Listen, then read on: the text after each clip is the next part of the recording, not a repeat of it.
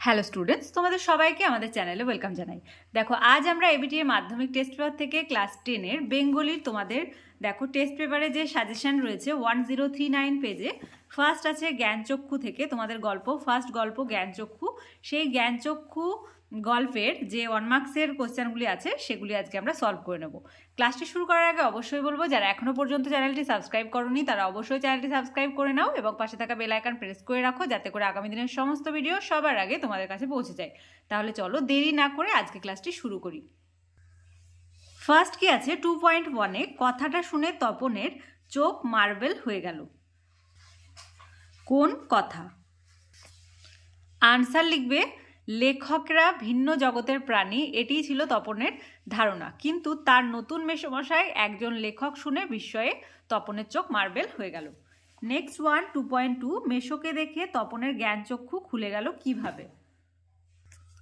Answer লিখবে গল্পকার আশাপূর্ণা দেবীর জ্ঞানচক্ষু গল্পের প্রধান চরিত্র তপন, তার শিশু মনে লেখক বা সাহিত্যিক সম্পর্কে স্পষ্ট কোনো ধারণা ছিল না। সে ভাবত লেখকেরা বুঝি কোনো ভিন্ন গ্রহের জীব। ছোট মাসির বিয়ে হওয়ার পর তপন জানতে পারে নতুন মেসো একজন লেখক এবং তার অনেক বই ছাপা হয়েছে। জলজ্যান্ত একজন সত্যিকারের লেখককে চোখের সামনে দেখে সে বুঝতে পারে লেখকেরা ছোট মামা কিংবা মেজো কাকুর মতোই নিছক সাধারণ মানুষ। এই ঘটনার পরিপ্রেক্ষিতেই তপনের প্রাথমিক জ্ঞানচক্ষু খুলে যায়। এখান থেকে এতটা লিখবে। তারপরের কোশ্চেন 2.3 মেসোর উপযুক্ত কাজ হবে সেটা কোন কাজ? আনসার লিখবে যে উক্তিটি তপনের ছোট মাসির, এটা প্রশ্নে চাইনি যদিও। আনসারটা লিখবে তপনের লেখা গল্পটা ছোট মেসো যদি একটু কারেকশান করে ছাপানোর ব্যবস্থা করে দেন তবে সেটাই মেসোর উপযুক্ত কাজ হবে। নেক্সট 2.4 একটু কারেকশান করে করে দিলে ছাপাতে দেওয়া চলে। কে কি ছাপানোর কথা বলেছেন? আনসার লিখবে তপনের লেখক মেসো মশাই তপনের অপরিণত হাতের লেখা গল্পটি একটু কারেকশন ও করে ছাপানোর কথা বলেছেন। তারপরে কি রয়েছে 2.5 তপনের লেখার বিষয়বস্তু কি? আনসার লিখবে বিদ্যালয় জীবনের প্রথম দিন অর্থাৎ ভর্তির দিনের অভিজ্ঞতা। ওকে, বিদ্যালয় জীবনের প্রথম দিন অর্থাৎ ভর্তির দিনের অভিজ্ঞতা। নেক্সট 2.6 এ বিষয়ে সন্দেহ ছিল তপনের, কোন বিষয়ে? আনসার লিখবে লেখকের যে বাস্তব জীবনে কখনো দেখা যেতে পারে, মানে লেখকদের যে বাস্তব জীবনে কখনো দেখা যেতে পারে তারাও যে তপনের বাবা, ছোট মামা বা মেজো কাকার মতোই সাধারণ মানুষ, সে বিষয়ে তপনের সন্দেহ ছিল। তারপরের কোশ্চেন 2.8 মাথার চুল খাড়া হয়ে উঠল কখন? আনসার লিখবে নতুন মেসোর দ্বারা অনুপ্রাণিত হয়ে তপন নিজেই চেষ্টা করে একটা গল্প লিখে ফেলে। নিজের সৃষ্টিতে রোমাঞ্চিত হয়ে তার মাথা চুল খাড়া হয়ে ওঠে। তারপরের কোশ্চেন 2.9 তপনের গল্প পড়ে ছোট মাসি কি বলেছিল? আনসার লিখবে তপনের গল্পটা সবটা না পড়েই একটু চোখ বুলিয়ে পিঠ চাপড়ানো সুরে ছোট মাসি বলেছিল তার লেখাটা ভালোই হয়েছে। খানিক রসিকতার সুরে এটা কোথাও থেকে টুকলিফাই করা কিনা সে কথা ছোট মাসি জানতে চেয়েছিল। নেক্সট 2.10 বুকের রক্ত ছলকে ওঠে তপনের কখন? আনসার লিখবে গল্প ছাপানোর প্রতিশ্রুতি দিয়ে দীর্ঘদিন অদৃশ্য থাকার পর হঠাৎই একদিন ছোট মাসি ও মেসো সন্ধ্যাতারা পত্রিকা হাতে নিয়ে তপনদের বাড়িতে আসে। তাতে তার গল্প ছাপার কথা ভেবে তপনের বুকের রক্ত ছলাৎ করে ওঠে। তারপরের কোশ্চেন 2.11 সূচিপত্রেও নাম রয়েছে, কি নাম রয়েছে? আনসার লিখবে যে সন্ধ্যাতারা পত্রিকায় সূচিপত্রে লেখা ছিল প্রথম দিন গল্প শ্রী তপন কুমার রায়। আমি এখানে লিখে দিচ্ছি, এইভাবে লিখবে প্রথম দিন গল্প ব্র্যাকেটে গল্প তারপর শ্রী তপন কুমার রায়।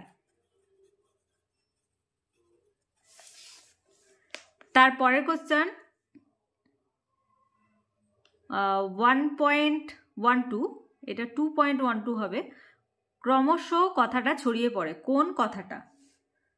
আনসার লিখবে যে সন্ধ্যাতারা পত্রিকায়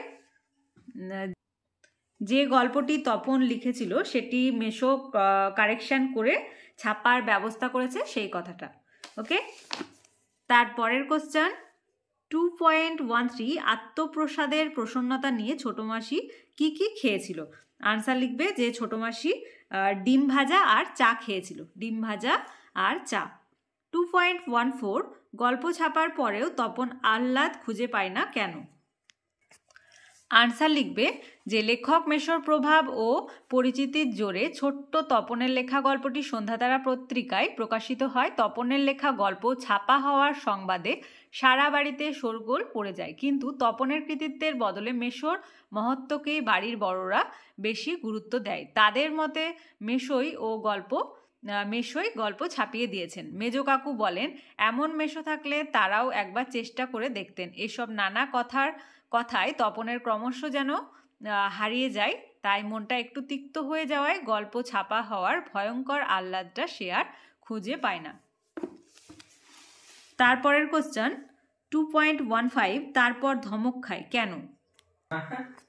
আনসার লিখবে জ্ঞানচক্ষু গল্পের নায়ক তপন পত্রিকায় প্রকাশিত নিজের লেখা গল্পটি সকলকে পড়ে শোনাতে উদ্যত হয়, কিন্তু পড়তে গিয়ে সে আশ্চর্যের সঙ্গে লক্ষ্য করে যে তার লেখক মেসোমশাই তার গল্পটা সংশোধনের নামে প্রায় সম্পূর্ণ বদলে ফেলেছেন। এই ঘটনায় হতবাক তপনের অভিমানে গলা বুঝে আসে।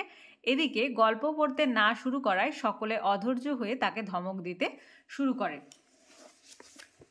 পরের কোশ্চেন 2.16 জীবনের সবচেয়ে 2.16 তবু ধন্যি ধন্যি পড়ে যায় কখন। আনসার লিখবে তপন যখন তার লেখা গল্পটি ছাপানোর পরও গড়গড়িয়ে পড়ে শোনায় সকলকে। এই যে 1.6 তপন যখন তার লেখা গল্পটি ছাপানোর পর গড়গড়িয়ে পড়ে শোনায় সকলকে। নেক্সট ওয়ান 2.17 তপনের কেন মনে হয় আজ যেন তার জীবনের সবচেয়ে দুঃখের দিন।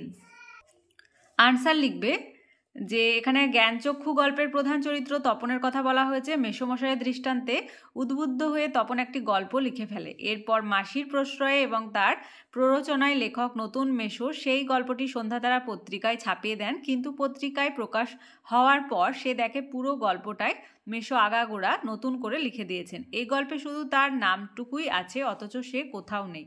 এই ঘটনা তপনের অন্তর্মনে আঘাত করে।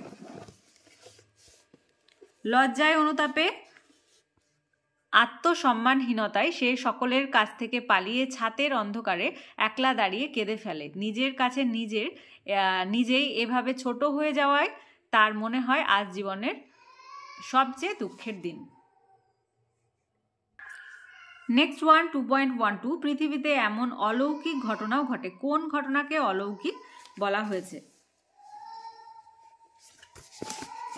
আনসার লিখবে যে প্রখ্যাত শিশু সাহিত্যিক আশাপূর্ণা দেবীর গল্প জ্ঞানচক্ষুর কেন্দ্রীয় চরিত্র তপন বিশাল পৃথিবীতে স্বল্প বাস্তবতা বোধ নিয়ে আর 5টা শিশুর মতোই তারও পথ চলা। লেখকদের সম্পর্কে তার ধারণা সে কথায় বলে। সে তপন তার নতুন লেখক মেসোমশাইয়ের সান্নিধ্যে এসে তার প্রতিভাকে বিকশিত করে কাঁচা হাতে লিখে ফেলে একটা আস্ত গল্প। সেই গল্প মেশোর হাতে গেলে মেশো তপনের ও বাড়ির লোকেদের মন রাখার জন্য তা সামান্য কারেকশন করে সন্ধ্যাতারা পত্রিকায় ছাপিয়ে দেওয়ার অঙ্গীকার করেন ও সেটি নিয়ে যান। এর বেশ কিছুদিন পর সন্ধ্যাতারা পত্রিকায় গল্পটি ছেপে বেরোয়। তপনের কাছে এই চমকপ্রদ ঘটনাটি অলৌকিক বলে মনে হয়েছিল।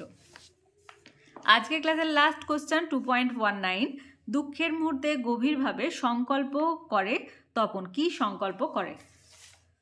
আনসার লিখবে যে যদি কোনো লেখা ছাপাতে হয় তো নিজে গিয়ে দেবে, নিজের কাঁচা লেখা ছাপা হোক বা না হোক এই সংকল্পই করে তপন। তাহলে আজকে দেখো তোমাদের টেস্ট পেপারে জ্ঞানচক্ষু থেকে যে সাজেশন প্রোভাইড করা হয়েছিল সেই ক্লাস আমরা আজকে সলভ করে নিলাম। আর আজকে ক্লাসটি যদি ভালো লেগে থাকে তাহলে অবশ্যই একটা লাইক দেবে। তোমরা খুব ভালোভাবেই জানো তোমাদের একটা লাইক দেখলে আমরা খুব খুব খুব খুশি হই। তাই লাইক না দিয়ে তোমরা কিন্তু কোথাও যাবে না। আর ভিডিওটি কি করবে, বন্ধুদের সঙ্গে অনেক অনেক অনেক বেশি করে শেয়ার করবে। ফিজিক্যাল সায়েন্স জিওগ্রাফির ক্লাস শেষ হয়ে গেছে, তাই যারা এখনো পর্যন্ত ক্লাসগুলি দেখোনি তারা অবশ্যই প্লেলিস্টে গিয়ে ক্লাসগুলি দেখে নাও, অথবা এই ভিডিওর ডেসক্রিপশন বক্সে লিঙ্ক দেওয়া থাকবে, সেখান থেকে তোমরা ক্লাসগুলি দেখে নিতে পারো। আর আজকে ক্লাসে যারা প্রথমবার এসেছো তারা অবশ্যই চ্যানেলটি সাবস্ক্রাইব করে নিও এবং পাশে থাকা বেল আইকন প্রেস করে রাখবে, যাতে করে আগামী দিনের সমস্ত ভিডিও সবার আগে তোমাদের কাছে পৌঁছে যায়। আর আমাদের ক্লাসগুলি তোমাদের কেমন লাগছে তোমরা অবশ্যই কমেন্টের মাধ্যমে জানাতে কিন্তু ভুলবে না। তোমাদের সুবিধার্থে একটা টেলিগ্রাম গ্রুপ ওপেন করা হয়েছে, যদি সেই গ্রুপে কেউ জয়েন হতে চাও এই ভিডিওর ডেসক্রিপশন বক্সে লিঙ্ক দেওয়া থাকবে, সেখান থেকে তোমরা জয়েন হতে পারো। তাহলে এই পর্যন্তই, তোমরা সবাই ভালো থেকো। Thank you.